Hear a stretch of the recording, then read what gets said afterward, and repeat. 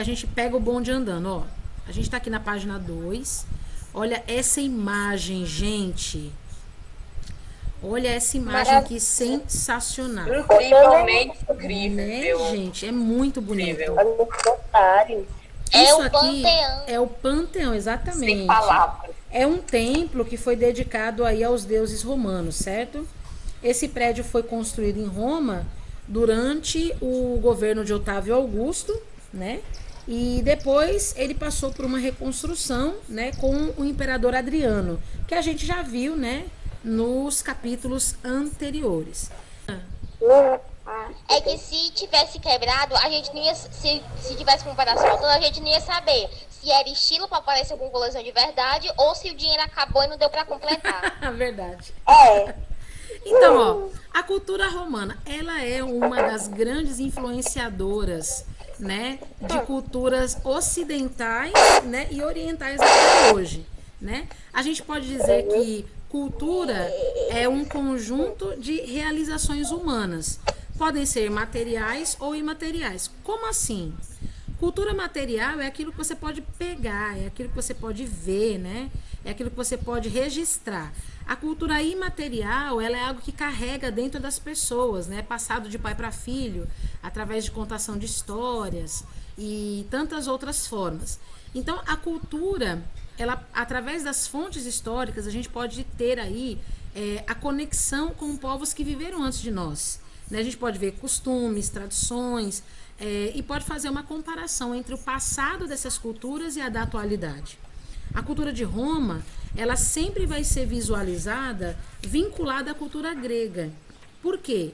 Porque a gente já sabe que a questão aí do panteão, né, de Roma e o Partenon de Atenas é uma relação imediata que a gente pode ver, né? As colunas coríntias, né, a fachada típica dos templos gregos, né, influenciou demais aí a cultura romana. Então, o que a gente pode perceber nisso tudo? A gente pode ver que a partir desses momentos aqui, os romanos, eles acabaram meio que fazendo uma fusão, ou seja, uma mistura da cultura grega com os seus valores e com os seus princípios. Então, quando a gente começa a estudar a língua, a literatura grega, a filosofia, a arte dos professores gregos, automaticamente você percebe que os romanos, né, também passaram a conhecer o grego até melhor do que o latim, que era uma língua oficial em Roma. E aí eles começaram, então, a ter essa mistura, essa dominação da cultura grega com a cultura romana. Por isso que nós dizemos cultura greco-romana, tá? Aqui a gente já está na página 4. Eu vou mostrar para vocês aqui esse capítulo. E a gente vai analisar aqui esse mapa. Então, aqui diz assim: quando existe o estreitamento do contato da cultura grega, ali por volta do século II a.C., com os romanos, né, eles acabam conhecendo então uma realidade, ou seja, uma cultura helenizada. O que seria helenizada? Os gregos eram chamados de helenos, né? Então, antigamente, a Grécia antiga, ela não era conhecida como Grécia, ela era conhecida como Hélade. Por isso que quem morava na Grécia antiga era chamado de heleno. Então, a gente percebe que o Alexandre o Grande, ele teve ali uma grande participação na expansão e na difusão dos conhecimentos da Grécia, porque ele foi um grande admirador da cultura helenística. E como ele preservou aqueles detalhes, ele fez questão de todos os dados, cultura, língua e demais itens fossem preservados. Ele também fez questão de todos conhecerem essa cultura que para ele era uma das favoritas. Roma teve acesso a isso também. E então, a partir desse momento, nós temos uma mesclagem aí das diversas etnias, né, que tinham ali em Grécia e passaram a ser ali também de Roma. Nesse mapa aqui, a gente pode perceber que a região onde se localizava a região ali de Roma, ela estava próxima dos etruscos, né, que eram povos que eram originados ali da Etrúria, no norte da Itália, certo? Então, os gregos ficavam ao sul. Então, esses povos aí tiveram uma influência muito grande sobre Roma. Fora outros povos também que tinham ao seu redor. Mas os etruscos e a Grécia influenciaram gravemente ali a cultura romana. Então, os 3 últimos reis de Roma, eles foram etruscos, né? E a cultura desse povo contribuiu cada dia mais, né, gradativamente, para o estabelecimento na diferença entre o povo grego e o povo romano. A arte etrusca, por exemplo, né, os romanos eles mantiveram as técnicas de escultura para manter bem assim diferenciados os templos, os túmulos, né, os lugares importantes. Então, a pintura etrusca mais significativa são os afrescos, que são as pinturas que são colocadas dentro de tumbas ou dentro de túmulos. É como se fosse uma espécie de um mural, onde é uma pintura muito bem detalhada, muito bem feita, colocada na parte superior das paredes ou do teto, certo? Aqui vocês estão vendo aqui uma imagem. Tem a foto de Jesus, na página 8 tem a foto de Jesus. De Jesus? A gente chega lá. Então, os etruscos, eles acreditavam muito na vida após a morte, né, após o túmulo. Por isso que as sepulturas, elas eram muito bem elaboradas, as esculturas também, as armas, as joias, né? Os objetos que eles consideravam necessários para o morto sempre eram colocados aqui como uma ornamentação funerária, certo? Só que assim, para ralé, né, para o povão, isso não era uma coisa atingível. Isso aqui era mais para a questão aí da aristocracia, né? Para o povo que tinha dinheiro. Pra plebe, né? A plebe não tinha condição, de jeito nenhum. Mas aqueles que eram, né, a elite tinha condição de fazer esses pagamentos, né? Outra coisa preferencial, né? Olha como Roma tem muita coisa boa, mas tem uns furos, né, Roma? Tem uns furinhos, Roma tem uns furinhos. Aqui também a gente já consegue ver aqui, ó, no caso das esculturas gregas, né? A intenção das obras gregas era transmitir a ideia de perfeição. Essa ideia de perfeição também foi atribuída em Roma, foi, vamos dizer assim, adotada em Roma, né? Por quê? Porque na Grécia, a ideia que eles tinham dos imperadores é que eles eram o quê? Que eles eram pequenos deuses, não é assim? Então, como eles eram pequenos deuses, eles tinham que ter uma aparência extremamente aperfeiçoada nas suas esculturas, né? Então, aqui, ó, você pode ver na página 5 que as esculturas romanas foram inspiradas tanto na arte etrusca como na arte grega. Os etruscos, eles tinham uma espécie de uma estimativa para que você pudesse ter ali uma perfeição na hora de compor ou fabricar essas esculturas, né? Por exemplo, nos bustos romanos, essa escultura que é feita da parte do peitoril para cima, a gente chama de busto, né? Os bustos romanos, eles tinham essa característica de perfeição atribuída aí dos gregos e de estimativa de, como que a gente pode dizer? Quando todos os lados são iguais, não é bilateralidade. Como é que é? Simétrico? Também não é simetria. Mas vamos colocar a simetria, que é o ponto mais próximo que eu chego agora. A questão da simetria também pela altura, né? Eles calculavam mais ou menos qual seria o tamanho da cabeça, o tamanho do busto, mediante o tamanho, né, da escultura completa. Então, com base nessas referências etruscas e gregas, os romanos começaram a desenvolver uma cultura própria.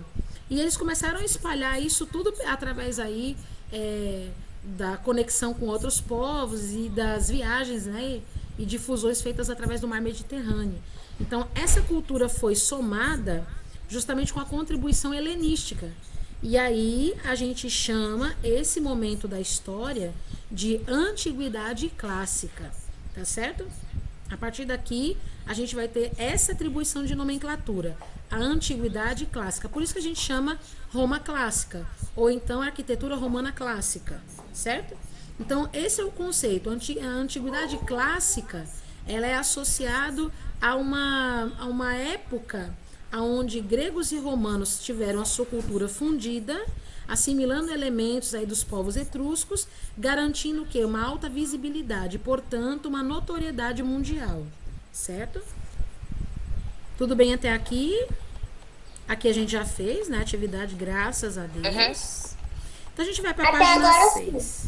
Vocês têm alguma dúvida? Querem compor alguma ideia? Querem me contribuir alguma coisa? Tá de boa? Jaiane, tá tranquilo? Tá favorável? Vivo ela. Tranquilo, tá favorável. Tá tranquilo? Tá favorável. Tá tranquilo, tá favorável. É Só que esse pro...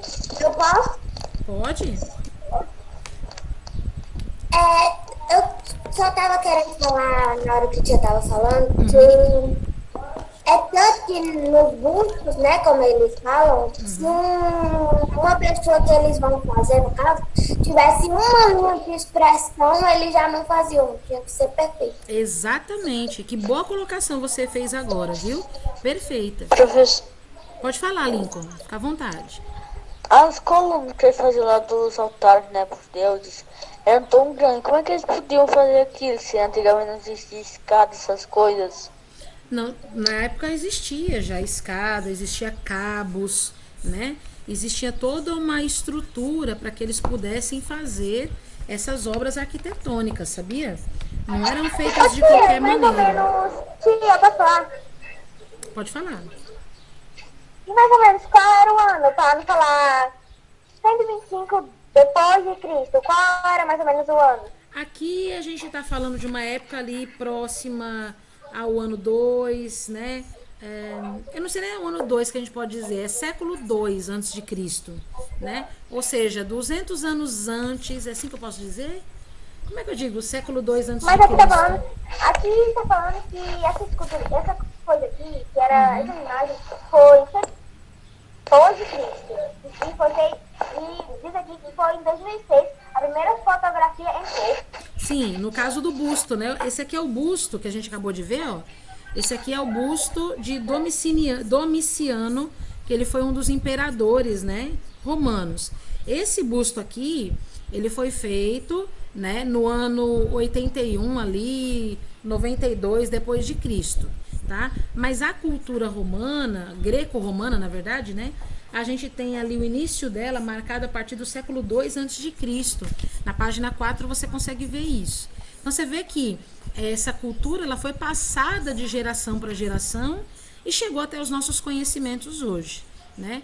Então, o que os romanos eles queriam, na verdade? Eles queriam erguer alguns templos aos seus deuses e neles eles queriam retratar temas relacionados a essa ideia de supremacia, de poder. Então, como que um romano que quer atribuir supremacia e poder, ele poderia ter uma escultura defeituosa? Então, a escultura, ela tinha que buscar retratar de forma bem realista os imperadores que eram reconhecidos como deuses nesse período, né? Então, como essas esculturas iam ficar expostas tanto para os seus familiares como em praças públicas, como monumentos, né? Então, eles deveriam expressar plena perfeição. Então, as conquistas romanas, além de receber influência das artes de outros povos, elas também se tornaram aí muito fáceis de serem comercializadas. Então, algumas pessoas encomendavam e essas vendas eram feitas, né? Colunas, estátuas, vasos, peças feitas em mármore, tudo para compor outros lugares em outras regiões, né? Aqui nessa imagem que você está vendo...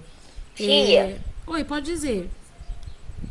Até porque é verdade. Todo mundo sabe que, tipo, que as colunas de tempos humanos, todo mundo sabe que foi obra dos aliens. Todo mundo sabe. Foi eles que construíram. Todo mundo sabe disso. Então, Todo mundo aqui, sabe. ó, a gente está vendo a Vila de Adriano em Tivoli, em Roma, né? Que foi construída ali no ano 125 depois de Cristo, né? E vocês podem ver aqui as colunas, né? E esses arcos, né? Todos produzidos na Roma antiga, né? E levados e aqui, né? de gente pelada. As estátuas aqui, ó, para ser, vamos dizer assim, monumentos artísticos expostos, né, para a população, né? Então, esses artistas dessas regiões aqui, eles vieram trabalhar em Roma, dessas regiões da vizinhança de Roma, né? A Etrúria, a Grécia, a Sicília, né? Então, eles vieram para Roma para trabalharem como escravos voluntários, né? Justamente para contribuir aí para o aumento do intercâmbio cultural. Então, em Roma, As peças teatrais, por exemplo, elas eram apresentadas em praças, ou até mesmo em teatros, né, que tinham o céu aberto, como a gente já viu várias vezes. E milhares de Ô, tia, espectadores posso falar vinham. uma coisa? Pode falar. Ei, tia, eu queria falar que eu já, não sei se eu tô certa, mas nessas estátuas que eles fazem de pessoas nuas, né? É só os homens que podem. Antes as mulheres mal tinham estátuas, né? É. E quando elas tinham era com pano, com coisa, né, tia? Isso. Boa observação essa que você fez. Lá em Roma, a cultura romana, ela costumava observar as mulheres com certo desprezo. Por quê? Porque as mulheres elas eram consideradas seres inferiores. Machista. Não é bem machismo. Na verdade, é a cultura da época. Eles não sabiam nem o significado do termo machismo na época. Mas a mulher, ela não tinha muita utilidade, a não ser para a administração doméstica, para cuidado dos filhos, como a gente viu ali em duas civilizações que a gente estudou, Atenas Era e de ser Esparta. fértil, essas coisas.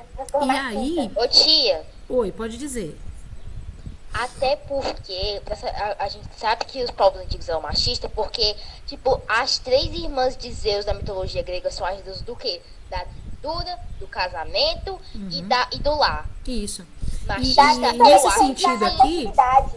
e como a cultura era essa, a cultura não deixava as mulheres meio que aparecerem, a não ser em casos de morte dos homens da família, as mulheres elas eram consideradas seres inferiores. Então, o corpo masculino era considerado belíssimo e, vamos dizer assim, a beleza primoral da natureza, vamos dizer assim, sabe? O corpo do homem era adorado entre eles mesmos.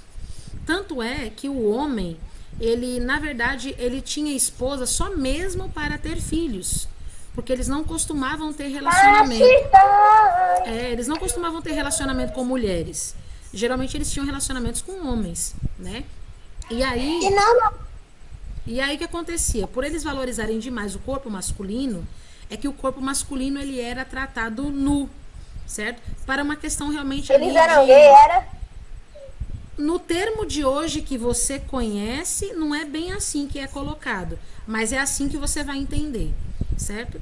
Não existia esse termo naquela época, né? Essa palavra não era utilizada naquela época, tá? Para eles estavam simplesmente, vamos dizer assim, dando ênfase para aquilo que realmente era importante na época, que era a Então, perfeição do corpo masculino. Então, naquela época não existia o termo machismo. Não tinha isso. Eles nem entendiam que era isso que eles estavam fazendo, mesmo porque as mulheres também aceitavam a sua condição.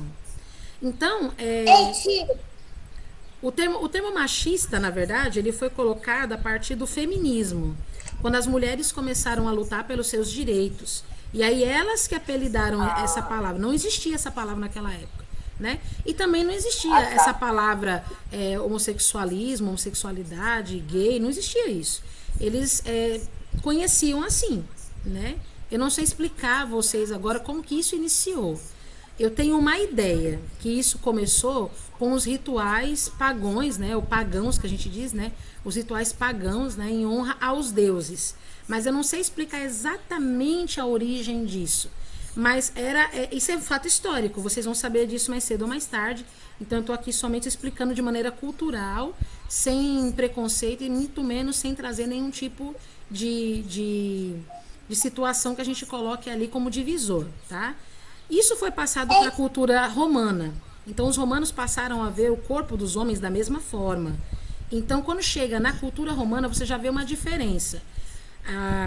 Na cultura grega, os homens eram colocados sem roupas sobre as esculturas. Já na romana, eles são colocados com armaduras de guerra, porque eles queriam ser conhecidos como guerreiros. E as mulheres, tampouco elas são mostradas. E quando são mostradas, a grande maioria delas está vestida, pelo menos da cintura para baixo. Certo? Tipo, na porque toda... estudando. Deixa eu falar, Paulo. Posso falar? Pode? Fale. É tipo nas esculturas gregas que nós estamos estudando. A mulher, mulher, ela tá... Tipo a Afrodite. A Afrodite, ela tava com só a parte de cima de fora. Pronto, é mais ou menos isso. Porque para eles, vamos dizer assim, que a mama ou o seio, no caso, não era uma parte assim que causava, vamos dizer assim, qualquer tipo de sentimento ilícito, né? Para eles, a parte que mais dava para eles realmente assim algum tipo de má intenção, talvez, vamos colocar assim, é a parte do ventre, né? A parte do ventre e a parte do órgão sexual feminino ou masculino. Então essas partes elas eram cobertas quando eram nas partes das mulheres, e na parte dos homens era descoberta. Os homens não era não, os homens era tudo nu. Por quê? Porque para eles mostrava virilidade, né? Para eles era um orgulho. Então por isso que o homem na Grécia era tratado sem roupas, porque era, vamos dizer assim, orgulho. Eles queriam mostrar que eles eram viris, que eles eram homens, certo? Agora para a mulher não era orgulho nenhum ser mulher. Então o sexo feminino era coberto, certo? Bom, tiradas as dúvidas, vamos seguir aqui para frente, né? A gente está falando aqui de peças teatrais em Roma. No dia de hoje não é Tia, Graças a Deus, né? Para você ver como a cultura muda, lá no... Onde é que é, meu Deus? Lá na África, né? Meus pastores estão na África, né? Lá na África, as mulheres, elas não têm problema de mostrar o seio. Então, elas amamentam, elas não estão nem aí. O peito cai, elas não estão nem aí. Mas mostrar o joelho lá é uma coisa séria. Então, é questão cultural. Lá nos africanos, o joelho é uma parte considerada muito sensual. E de forma alguma... No Brasil não tem nada disso. Tem não. Tem na África, tia? Na África, o joelho é a parte mais sensual do corpo da mulher. Não pode ser mostrado. Então, elas têm que estar constantemente vestidas, pelo menos, né, nos joelhos. Agora, no seio, se o seio estiver de fora, né? Se o seio estiver de fora, não faz diferença nenhuma. Mas da cintura para baixo tem que estar totalmente coberta. Isso na África hoje. Hoje. Oi.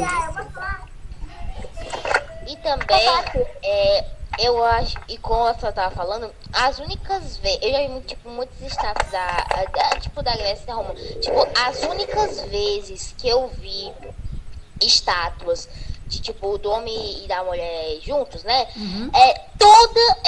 Toda era o homem totalmente pelado e a mulher com um paninho cobrindo, ou eles estavam lá se pegando. É, mais ou menos isso. Porque era a cultura da época. Pode. Eu queria falar uma coisa. Deixa eu falar, Roberta, por favor. Fale. Posso falar? Pode. Olha, eu imagino as meninas que usam só short indo pra África. Eu só uso short.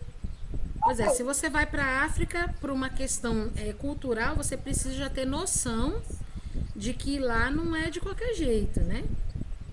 Precisa estar de saia, que coisa no joelho, ou uma, como é que é o nome? Uma calça. Uhum. Que vai até o joelho e uma calça coberta. Mais ou menos. A Roberta quer falar agora, deixa a Roberta falar. Tanto que quando as mulheres elas apareciam junto com os homens, era porque os homens iam morrer. Até no vídeo mostrou uma estátua que estava a mulher e o homem.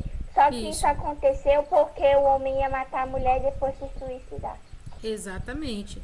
Então, você vê que a cultura romana, ela tem justamente isso. É feminicídio! A gente tem até essas representações também nos teatros, né? Isso era apresentado a milhares de espectadores, como vocês podem ver aqui no livro, né? A gente está aqui na página 6. Então, a gente percebe que a dramaturgia helênica, ela traz aí essas comédias romanas, ela traz aí esses dramas romanos inspirados justamente aí nessas questões que você acabou de trazer, né? Nessas dores vividas aí entre homem e mulher, nas situações da vida, eu não sei né? porquê, mas na minha cabeça veio o Romeu e Julieta, eu não sei porquê. É uma inspiração. Vocês se lembram da comédia dell'arte? A gente trabalhou com vocês já a comédia dell'arte?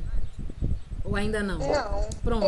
A gente vai ver um estilo, a gente vai ver um estilo de... Eu não lembro, não. Que eu saiba, não. Desde o primeiro ano ainda não fizeram isso. A gente vai dar uma olhadinha depois na comédia dell'arte. Ela é uma espécie de uma comédia onde sempre vai ter esse tipo de de trama, né? Alguém que quer passar a perna no outro e acaba ferindo o outro e acaba matando. Vocês vão ver isso daí mais nos próximos capítulos. Vamos falar agora um pouquinho de religião, né? Olha os capítulos da novela. A próxima segunda temos o capítulo 121 com Patrícia Peixoto aqui no SBT. Pronto. Bom, vocês sabem que os romanos eles eram politeístas, né? SBT não, na Globo. E eles também, eles eram ali adoradores, né, dos elementos da natureza. Então, não somente os deuses que habitavam ali, né, o panteão, mas também o sol, a lua, as estrelas e tantas outras coisas se tornavam deuses também ou tinham algum tipo de aspecto religioso para essa sociedade. Então, como os romanos eles adoravam muito a mitologia grega, eles fizeram o quê? Eles transformaram os nomes dos deuses gregos em nomes latinos, né? Os nomes latinos. Mesmo que as atribuições sejam as mesmas e visivelmente copiadas, Então, qual é o nome da coisa de né? latim? Eles fizeram isso. Então, Zeus na Grécia era Júpiter, em Roma, Atenas, ou Atena, né? Na Grécia era Minerva, em Roma. Sofia, em Roma, o nome de Afrodite era Vênus. Que nem o planeta. Exatamente. Então, a gente pode afirmar que a religião orientava muito a vida romana. Por que não disseram isso? Por que orientava a vida romana? Porque eles faziam oferendas, sacrifícios regularmente. Inclusive, eles tinham altares familiares dentro das suas próprias casas e tinham altares públicos, né, nas praças, nos centros, né, das cidades. Então, geralmente em casa, a família, ela tinha uma relação muito íntima com os deuses, né? Esse altar, ele podia ser algo físico, podia ser algo que realmente estivesse no centro de uma sala, por exemplo, ou simplesmente uma pintura na parede, né? Isso sempre era feito em homenagem aí às divindades protetoras, né? Que acabaram também trazendo para eles aí um calendário religioso, com dias de festas, feriados, né? Pode falar? Pode falar. Ai, que mulher bonita. Quem é essa mulher aqui na pintura? Essa mulher aqui na pintura é uma mulher, né? Que ela tá carregando um vaso sagrado. É uma mulher que está vestindo vestes rituais e ela tá fazendo um ritual a um dos seus deuses, certo? Aqui tá dizendo que ela é uma sacerdotisa da deusa Vesta. Ou seja, é uma menina fisicamente perfeita, ela não pode ter nenhuma mancha e nenhum defeito no seu corpo. Ela não poderia ser órfã e os seus pais nunca poderiam ter sido escravos para ela se tornar uma sacerdotisa da deusa Vesta. E aqui a gente consegue ver que, ao contrário de várias outras civilizações, essa página aqui é a página 7. Viu? Aqui é a página 7. Eu posso falar? Pode sim, deixa eu só terminar aqui, tá bom? Eu já passo a palavra para você. Ao contrário de várias civilizações da antiguidade, os sacerdotes romanos, eles não formavam aí um grupo à parte, né? Os homens que se dedicavam ao sacerdócio, eles também praticavam a política, eles tinham que ter família e também tinham que ser guerreiros. Porque para o homem nessa época, ele ter aí o exercício de funções sacerdotais era uma honra muito grande. Então, as pessoas que tinham ali, vamos dizer assim, funções importantes, né, cargos importantes, eles eram chamados de pontífices, certo? Então tinha o pontífice máximo, né, que era como se fosse o sumo sacerdote, né, vamos dizer assim, o pontífice principal, né? Esse cargo passou a ser ocupado aí pelo imperador Otávio Augusto e daí por diante passou a ser em todos os imperadores. Então o imperador romano, ele era o pontífice máximo, ou seja, ele era o pontífice principal, ele era o sumo sacerdote, né? E essas sacerdotisas que vocês estão vendo aqui nessa imagem, eu já disse a vocês, né? Elas tinham que ser fisicamente perfeitas, elas eram convocadas a partir dos 7 anos de idade. E elas faziam votos de pureza, de servir o templo durante 30 anos, né?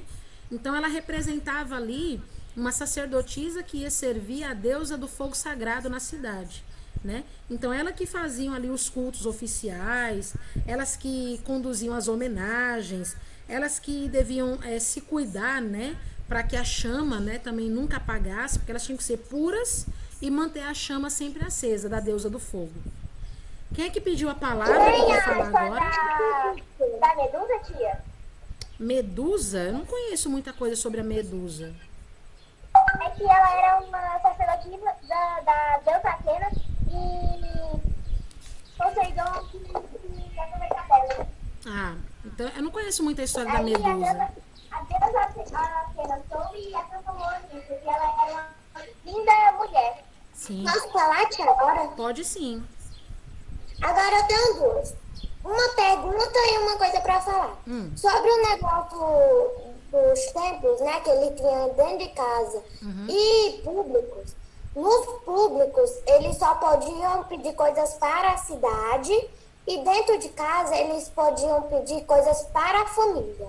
Não era Isso. assim? Era assim na Grécia Antiga e eles trouxeram esses atributos também para a cultura romana, né? Então, dentro de casa eles pediam proteção para a família e publicamente, né, nos lugares públicos eles pediam proteção para todos à sua volta.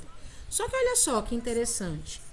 Aqui, na cultura romana, a gente vai ter o quê? A gente vai inserir agora o cristianismo, né?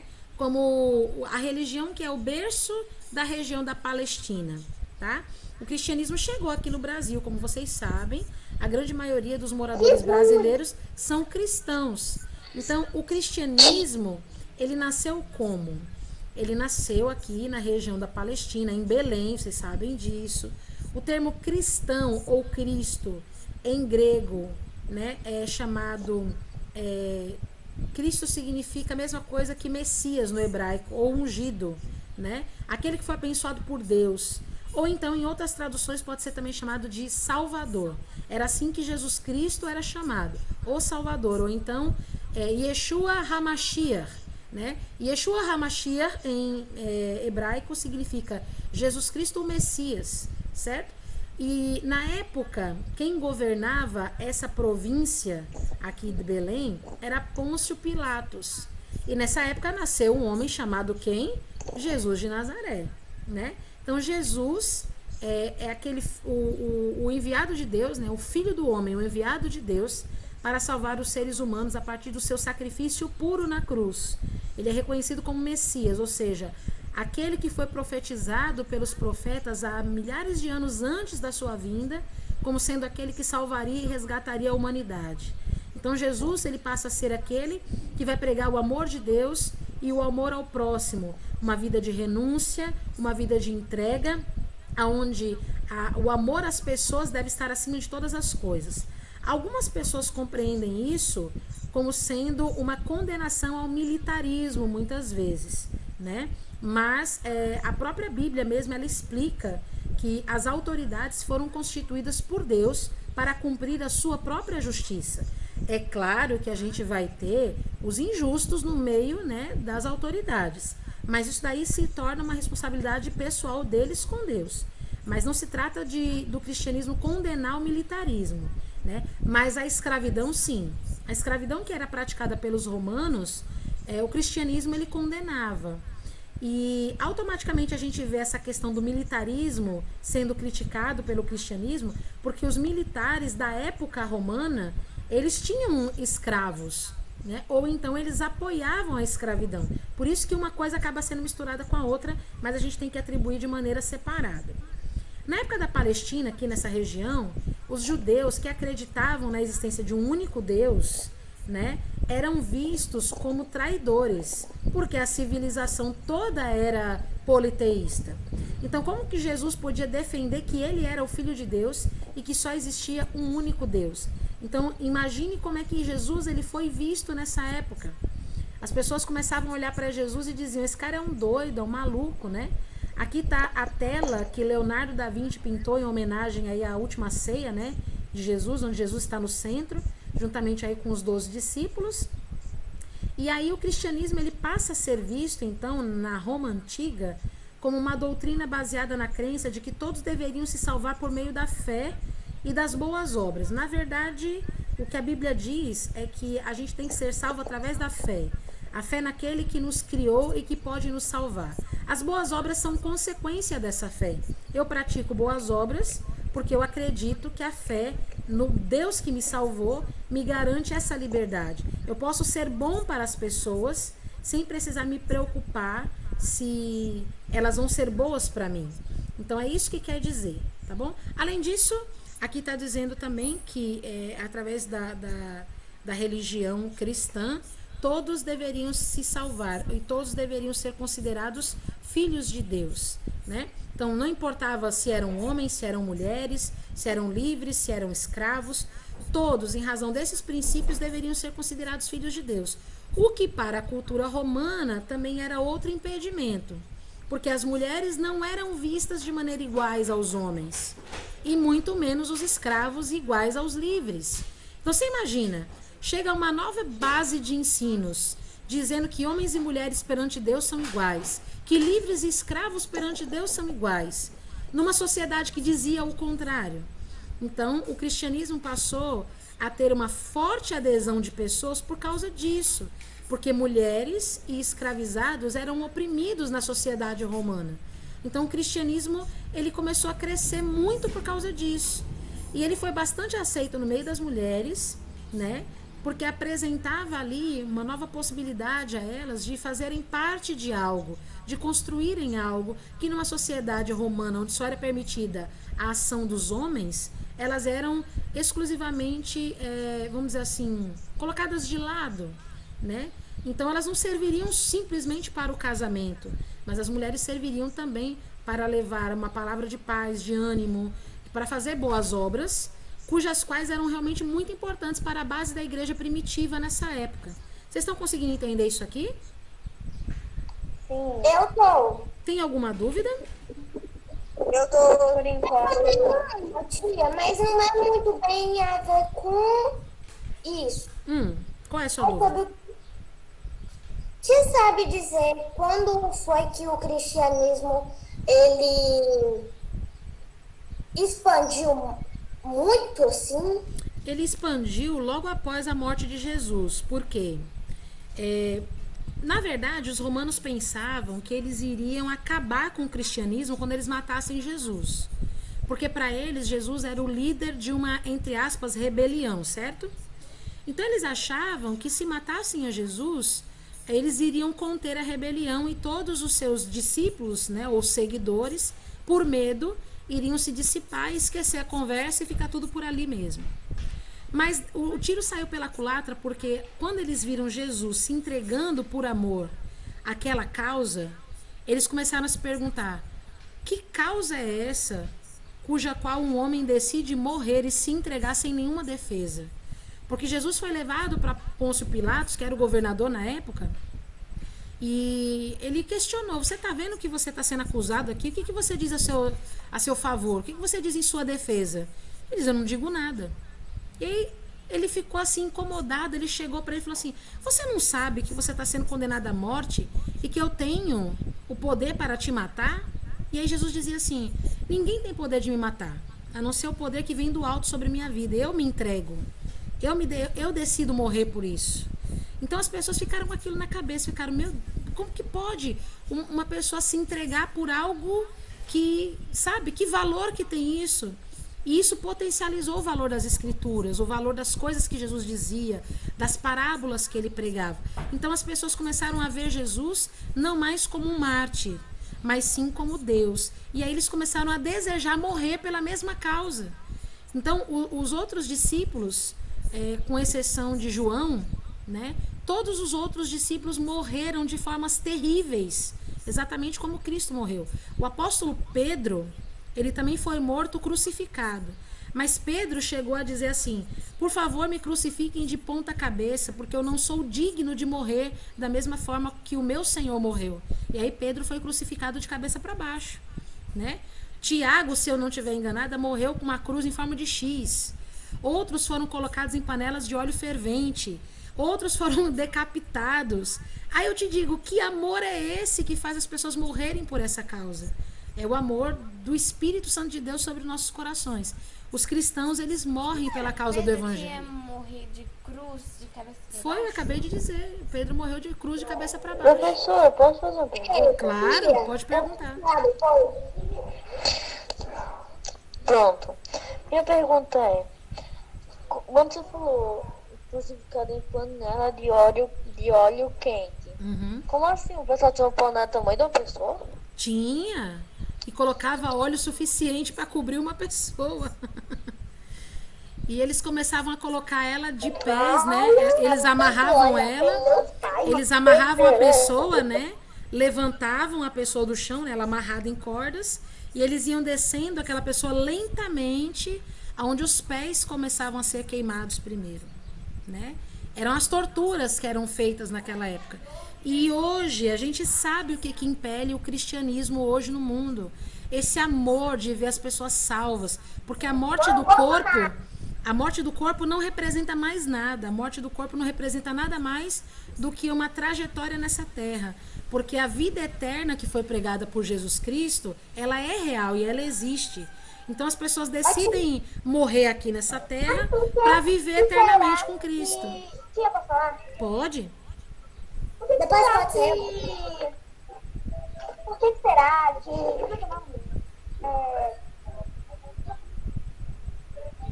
Eu não posso falar tanto. Por que será o quê? Não entendi, desculpa. Que, tipo, a morte é uma coisa que você vai para outra vida. Mas por que a morte nessa vida dói tanto? Por que a morte dói tanto?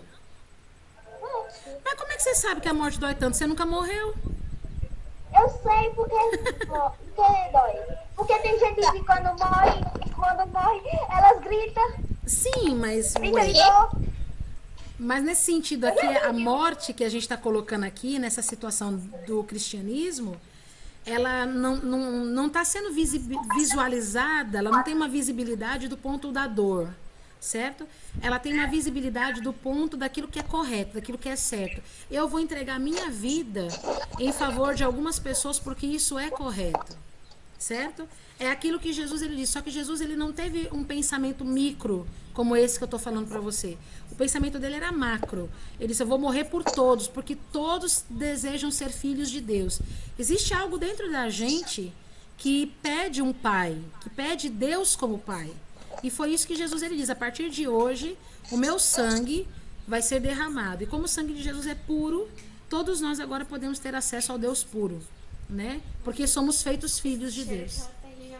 Até a gente Mas eu quero ruim, também, bote pra aqueles mim. que roubam, mata, até aquela gente ruim. Sim, Que rouba, todos. mata, Todos, assalta. mas Até o povo da Casa de Papel. todos. Acontece que você precisa crer que Jesus Cristo é o Senhor. Se você crê que Jesus Cristo é o Senhor, Ele é o Senhor. É tudo por meio da Porra, fé. Sofia, você falou até o pessoal da La Casa de Papel. Não sei se você sabe, La Casa de Papel é uma série. O pessoal são personagens de uma série. Os por isso- verdadeiros Não é só falando não. dos personagens. Não, personagem E não essa existe. Personagem não existe. O que existe são pessoas de verdade. Eu tô falando dos atores. Assalta, mata. Sim, posso falar? sim. Eu vou explicar para você. A própria palavra mesmo diz que Jesus ele veio para salvar aquele que estava perdido. Jesus veio para aqueles que são pecadores, certo? Jesus veio para aqueles que dizem, eu preciso de salvação. Se existe alguém na terra que se reconhece dessa forma, que se reconhece errado, pecador, vazio e que necessita de Deus, ele vem em nosso favor. É para isso que Jesus ele veio. Ele veio justamente para aquele que erra. Tá entendendo? Alguém mais? Pode. Sim, eu queria falar que antes, né? No cristianismo, Jesus foi morto também porque eles chamavam Jesus de traidor. Porque naquela época, se você se recusava a acreditar no que as pessoas queriam acreditar, você era conhecido como um traidor para a humanidade daquela época. E isso que você está falando é tão correto que aqui no livro, na página 9, a gente está vendo aqui uma cena de vários cristãos reunidos no centro do Coliseu e as feras, né, os tigres, os leões famintos sendo libertos para devorar essas pessoas. Como os romanos eles não tinham tolerância nenhuma a partir do ponto de vista religioso, né, o cristianismo, que era uma religião adotada por um único Deus, né, era mal vista por eles. Eles aceitavam qualquer outro tipo de religião. Qualquer religião que tivesse mais de um Deus, eles tinham uma tolerância muito boa e até recebiam como forma de cultura e até mesmo difundiam. Mas quando falou-se de cristianismo, eles não tiveram essa mesma tolerância, porque era uma crença que estabelecia um único Deus e valores que contestava aquilo que eles viviam na época, como a escravidão e o rebaixamento das mulheres, vamos colocar dessa maneira. Então, como essa religião ela se opunha abertamente contra os valores de Roma, então, por ser uma religião monoteísta e que tinha um caráter universal, eles condenavam, então, esse tipo de prática, porque o cristianismo, ele não aceitava a adoração de vários deuses também. Dizia-se do único e verdadeiro Deus. Então, os cristãos, eles eram levados... A coisa que está debaixo da imagem? Já se lê. Deixa eu só terminar aqui que eu já passo para você, tá bom? Obrigada. Então, os cristãos, eles eram considerados inimigos do imperador. Que o imperador, ele era considerado um Deus. Você imagina, eu estou pregando que só existe um único Deus. Então, eu estou dizendo que aquele imperador que está ali está mentindo para mim e para você. Então, você está pregando contra a vida do imperador. Então, os cristãos, eles eram violentamente perseguidos e condenados à morte. Aí, agora você pode fazer a leitura aqui de baixo aqui da imagem. Então era que nem os discípulos de Jesus? Sim. Todos os cristãos, não importa se eram Acho que o discípulos. Daniel foi jogado na Jogo isso confusão. daí, parece Só que que é ele de sobreviveu. Não, isso aqui é a imagem do livro. O que foi que vocês estão falando aí? Tinha, é que nem a história de Daniel, que ele foi perseguido, parece que ele acreditava em Jesus e foi jogado na cova dos leões, só que ele sobreviveu. É, quase como essa história. Ele só não acreditava em Jesus porque Jesus ainda não tinha nascido. Mas ele acreditava na vinda do libertador, sim. Certo? Ah, foi antes de Jesus. É. Então o que acontecia aqui, ó? Daniel é do Antigo Testamento, Jesus é do Novo Testamento em diante. Isso. Então aqui, ó, entre os séculos 1 e 5, os cristãos eles foram perseguidos. O que era? Eu que ia ler. Ah, você quer ler isso aqui? Ah, então leia pra mim, por favor. Pode ler. Entre os séculos 1 e 5, Uhum. vai seguir. Século 1 e século 4. Entre os séculos 1 e 4, os cristãos foram perseguidos e milhares deles foram assassinados nos círculos em grandes espetáculos. Entretanto, a perseguição gerou um efeito contrário, pois muitas pessoas se sensibilizaram com o sacrifício desses fiéis e se converteram. Com o tempo, o número de cristãos se tornou superior aos ditadores do império. Tá vendo? Então, eles estavam pensando que matando os cristãos, eles iriam conter o avanço do cristianismo. E, na verdade, o efeito foi contrário, né? Houve um aumento muito grande, porque as pessoas entendiam assim, poxa, eles eram tão bons, eles faziam coisas tão boas, e só estavam pregando ali a liberdade para as pessoas. Então, isso daí chamou a atenção das pessoas. E ainda mais depois da morte de Jesus. Depois que Jesus morreu, aumentou demais o cristianismo no mundo. Por quê? Porque os seus seguidores, que continuaram vivos, tiveram isso como missão. Eles tiveram isso como uma tarefa. Eu vou levar Jesus a todos os povos da terra. Então as ideias cristãs começaram a ser explicadas, divulgadas em todos os lugares do mundo, atraindo cada vez mais seguidores. A palavra cristão significa pequenos cristos, ou seja, aqueles que são discípulos de Cristo, né? E a difusão do cristianismo contribuiu para enfraquecer ainda mais. Discípulos somos nós, que a gente faz aquilo que Jesus fez, né? A difusão aí do cristianismo contribuiu para enfraquecer ainda mais o poder dos imperadores. Inclusive, vocês têm que guardar isso daí como regra, tá bom? De análise, porque o cristianismo foi responsável, ou um dos fatores responsáveis pela queda do Império Romano. Justamente porque começou a enfraquecer o poder dos imperadores em autoridade. As pessoas não viam mais autoridade nos imperadores. Então os cristãos... Esse daqui tem doce, daquele doce lá de gominha. Os cristãos, eles começavam a fazer o quê? Como eles eram perseguidos, eles não podiam mais fazer os seus cultos e nem as suas reuniões abertamente. Então eles iam para onde? Para os cemitérios E nas catacumbas subterrâneas eles se encontravam para fazer ali os seus locais de culto e adoração a Deus, para eles não serem pegos, para eles não serem mortos. Então, com todos os problemas Paulo que... virou muçulmano. Deixa eu terminar, Guizão, um pouquinho, a gente já fala disso, tá bom? Com todos os problemas sociais que a gente tinha aqui no Império, o cristianismo ele passou a ser um refúgio de promessa e de esperança, de paz, de uma sociedade mais justa, principalmente para os escravizados e para os pobres. Então, no ano 312, o imperador Constantino, olha isso aqui é importante vocês guardarem também. O imperador Constantino, ele se converteu ao cristianismo também. E no ano 313, ele anunciou uma lei chamada Edito de Milão, que era um documento que permitia a liberdade do culto cristão no Império. Então, a perseguição dos cristãos termina aqui no ano 313, quando o imperador Constantino se apresenta como cristão, e a conversão do imperador romano também gerou uma enorme enxurrada de pessoas que se converteram também. Tá certo? Alguém tem alguma dúvida até aqui? Quer fazer algum comentário? E apareceu a palavra-chave? Você não viu? Você não viu? Mas você não viu? Meu Deus! Não, também não vi, não. Você não viu? Não. Eu também não vi, não. Gente, Ah, meu que Deus, agora eu judiação. vi. Vocês não viram a palavra-chave. Gente, que tristeza. Qual será a Qual palavra? será a palavra-chave? Palavra ou palavras? Ninguém. Agora me diz uma coisa.